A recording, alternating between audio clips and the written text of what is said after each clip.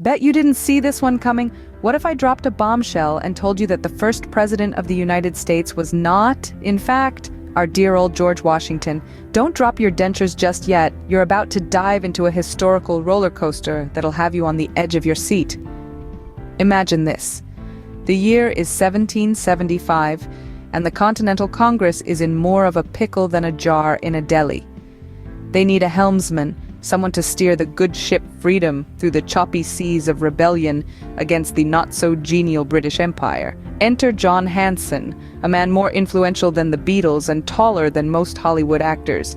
He won the title of President of the United States in Congress assembled. Quite a mouthful, isn't it? Almost like ordering a triple-decker sandwich at your local diner. However, his stint as the big man was short. Just a single trip around the sun, and he lacked the executive superpowers we associate with the presidential cape today. Jumping right into our time machine, let's dial up to the year 1789. Hold on to your hats, folks. The Constitution has been given the green light. It's party time in the US, but wait, we're missing the guest of honor. Enter stage right, the first American Idol, George Washington. Standing as tall as a redwood and as strong in the history books, Washington wasn't just your average Joe. He was more like your action hero veteran from the French and Indian War. Picture him, cape flapping in the wind as he commanded like a boss during the Revolutionary War, and talk about being a human glue stick. He was the symbol of unity for a nation that was as new to the world as a newborn babe. His leadership style, well, let's just say it defined boss moves before the phrase was cool. He was a walking wisdom dispenser, practical to the core, and a trendsetter. In fact, he was so cool that he stepped down after 2 terms, setting a precedent for all the presidents of the United States. Talk about creating a trend. He could have been a king. Imagine that, King George of America. But no, our boy George chose to be a citizen instead. We're talking about a guy who chose Netflix and chill over the throne. This act of humility and love for his people, more than anything, secured his position as the ultimate team player. A leader who put country before his own kingly ambitions. Now that's what I call a storybook ending. So, let's take a roller coaster ride from John Hanson all the way to George Washington.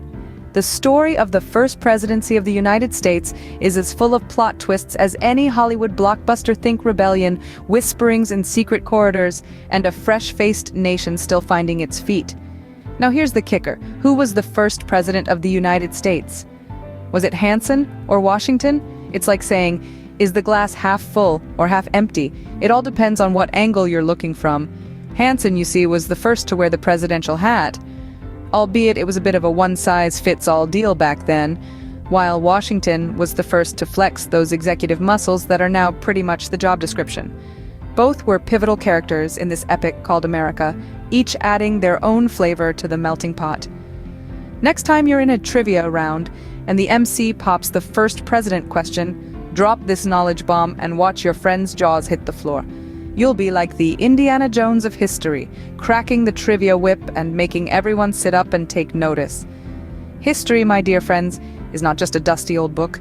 It's a roller coaster, a treasure hunt, a thrilling detective story. It's about taking a step back to see how we sprinted to our present and where we might be pole vaulting in the future. Isn't history just a hoot? It's a treasure chest filled with stories, just waiting to tickle your curiosity and set your imagination on fire. So don your explorer's hat, keep quenching your thirst for knowledge, and keep spreading the fun. After all, every tale, every nugget of fact, every character brings us one hop, skip, and a jump closer to understanding this wild, crazy world we live in. And that, amigos, is the magic of history.